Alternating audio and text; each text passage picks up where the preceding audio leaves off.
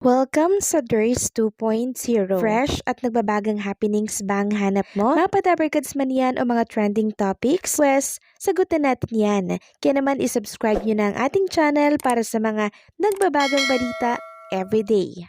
Welcome back again sa ating YouTube channel mga kadabarkads, and for tonight's video ang pag-uusapan natin ay tungkol sa mga importanteng ganap sa loob at sa labas ng Itbulaga, and syempre patungkol kay Raiza and kay Bimbi. Pero bago natin pag-usapan ang lahat ng yan, maraming salamat po sa inyong patuloy na pag-support at pagsubaybay sa mga daily update natin. So first topic, kanina marami nga po nakapansin sa Winning is Winning po na color ng kasuotan ni Bimbi and na Raiza May. Color pink. Marami nga po nagsasabi na talagang pinapatunayan ni Raiza at Bimbi na mag-couple na daw sila. Ayun nga sa nabasa natin mga kadabarkads, grabe daw po si Bimbi dahil totohanan na daw talaga. So kung narinig nyo daw po mga kadabarkads yung sinabi ni Bossing Vic Soto na after 50 years pa daw po ang kiss for Raiza May, kung willing daw bang mag-antay si Bimbi. At ang sagot daw po ni Bimbi, willing siya mag-antay dahil worth the wait daw, kaya naman sigawan kanina ang mga studio audience. Tapos kanina akala ko din talaga nag-walk out si Raiza. Yun pala, tinulak ni Jose Manalo. Pero hindi naman malakas yung tulak, umarte lang si Raiza na malakas, sabay takbo na niya. Kaya nagmukha itong walk out. Di ko din kasi napansin na tinulak pala siya ni Jose Manalo. Kaya si Bimbi sumaklolo at talagang sinundan si Raiza May. Pagbalik, buhat na si Raiza, kaya kala ko talaga madidisgrasya si Raiza. Mabuti na lang hindi, kundi yari si Jose Manalo. Wag sanang ganun ang biro, masyadong delikado yon. Nabash tuloy siya ngayon dahil sa ginawa niya. So yes mga kadabarkads, actually kanina akala ko din walk out yung ginawa ni Raiza May. Tinulak pala siya ni Jose Manalo. Hindi ko po kasi talaga napansin yun mga kadabarkads. Kanina kasi ang nakita ko na lang ay patakbo po si Raiza May papunta po sa studio audience. Hindi ko nakita yung pagtulak mismo ni Jose Manalo. At dahil nga po dyan mga kadabarkads, nababash po ng husto ngayon si Jose Manalo. Ayon nga dito sa post, walang tulakan Kuya Jose. Ba't mo naman tinulak Kuya Jose? Pero ganyan din ako, kiligin nanunulak. Hindi na inabot ni Bimbi, lumipad So lumipad daw po si Raiza May.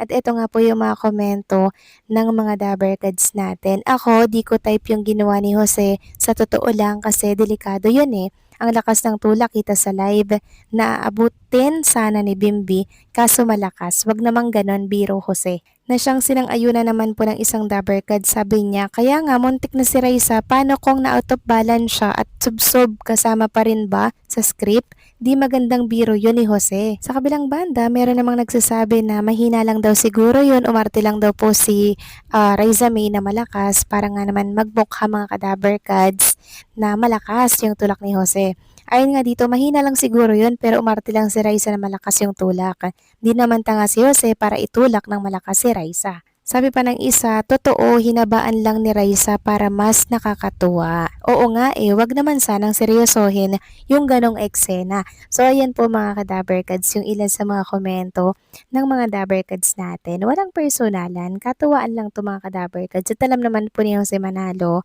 na talaga namang joke lang yung ginawa niya at hindi naman din po malakas yung ginawa ni Jose. Kung bagay dinugtungan na lang po ni Raiza may mga kadabarkads para pumalayo yung mapuntahan niya. Kaya sana huwag nating ibatikusin si Jose Manalo kasi ang talagang gusto niya lang po ay makapagbigay ng kasiyahan pero hindi naman po siya disgrasya mga kadabarkads. Kaya kalma lang po tayo, wag nating i-bash si Jose Manalo mga kadabarkads, kayo talaga. Pinapasaya lang naman kayo Samantalang pag-usapan naman natin ang tungkol dito sa pagsugod nga po ni Bimbi mga kadabarkads kay Raiza May Dizon kanina nung umiiyak po siya kasi nga po sa kwento po ng isa sa mga secret agent na si Lola na talaga naman pong true love sila ng kanyang partner. So umiyak po talaga dun si Raiza May at ang ginawa po ni Bimbi, pinuntahan niya po si Raiza. Tapos binigyan niya po ng tissue mga kadabarkads. Tapos parang kinomport ni Bimbi. So sweet, di ba mga kadabarkads? Sabi nga dito sa post, yung lumipat pa siya sa kabilang side, mabigyan ka lang ng tissue kasi naiyak ka. Samantalang sa kabilang banda mga kadabarkads, isang writer slash director naman po ang nagreklamo po kay Bimbi, kay Raisa at sa Itbulaga mga kadabarkads. Hindi daw po nabigyan ng mahaba-habang exposure si Bimbi at si Raisa kanina. Ayon nga dito, pinangarap kong panoorin ang Itbulaga at 11:30 AM today. After years na di na ako nanonood ng anumang noontime shows. Yun at yun lang kasi. Paulit-ulit na lang ang format ng segments na nakakabagot na talaga. But today, pinlano ko talagang manood. Sabi ko Saturday baka maiba at medyo maging espesyal ang show. Nakatune na ako much earlier. Napanood ko pa nga pati Tagalies, Fast and Furious. Gusto ko sana makita sina Raisa May at Bimbi Aquino kung anong ganap nila pero disappointed ako. Mula nag-open ang show sa Bulagaan segment, wala namang focus kina Raisa May at Bimbi, ni hindi nga sila magkatabi, ni hindi nga pinopokus at ni walang close-up si Bimbi. Kailangang hanapin ko pa siya sa crowd since pare-pareho silang naka-school uniform. Diyos ko naman, 47 years ng Itbulaga, yun pa rin, ganun pa rin, ganun na lang. Wala na talaga silang may offer na mag-hold man lang ng interest ko para manood. Bulagaan pa rin ang ubod na talaga ng corny para sa isang tulad kong 16 pa lang ako ay nanonood na ako ng Itbulaga, 65 na ako in 3 months time. Hanggang ngayon, ganun pa rin ang format. Sobrang corny at tila pinaglumaan na ang panahon si Alan Kay bilang guro sa Bulagaan at yun pa rin ang joke ni Ala na parang nasa sing-along bar lang siyang hinihingan-hinga ng dollars ang Amerikanong nasa audience na pumasya lang sa Pinas with his family. Sabi pa nga dito mga kadaver cads, pinatay ko ng TV, idlip na lang ako, wala ako talagang nakitang Raisa, Bimbi Love Team na sabi nila nakakakilig daw nasaan as I've said ni hindi nga sila magkatabi sa blocking. Wala silang connect to each other. Even eye contact, wala. Paano kayo kinikilig? Pambihira naman. Na-disappoint at nasad talaga ako. Feeling ko na sayang lang ang oras ko sa paghihintay na mag 11:30 AM for Itbulaga. So, ang nagigets ko naman po mga kadaberkads, no? Yung kanyang sentimiento. Kung bagay bakit daw po hindi pinopokus kay Raisa May at Bimbi.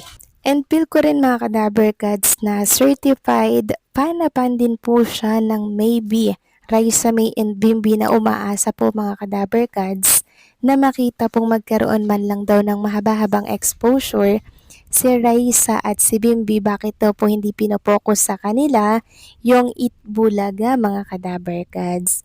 So kung baga parang nag-aasam-asam siya na ipokus kay Raisa at Bimbi yung Itbulaga at yung mga ganap sa Itbulaga pero wala daw pong naibigay ang Itbulaga mga kadaberkads. So wait na lang tayo siguro kasi masyado pang maaga para po biglain ang mga televiewers. Kung bagay nagpapasabik pa po ang Itbulaga, ganyan. Alam kong marami pong plano ng creative head ng Itbulaga. Kaya antayin na lang natin ito. Huwag tayong masyadong magmadali. Kasi mabilis pong magsasawa mga kadaberkads ang viewers pag binagsak agad po ng creative head ang mga plano po nila para po sa dalawa. Kayo ba mga kadaberkads? Anong masasabi niyo dyan? Please comment down below.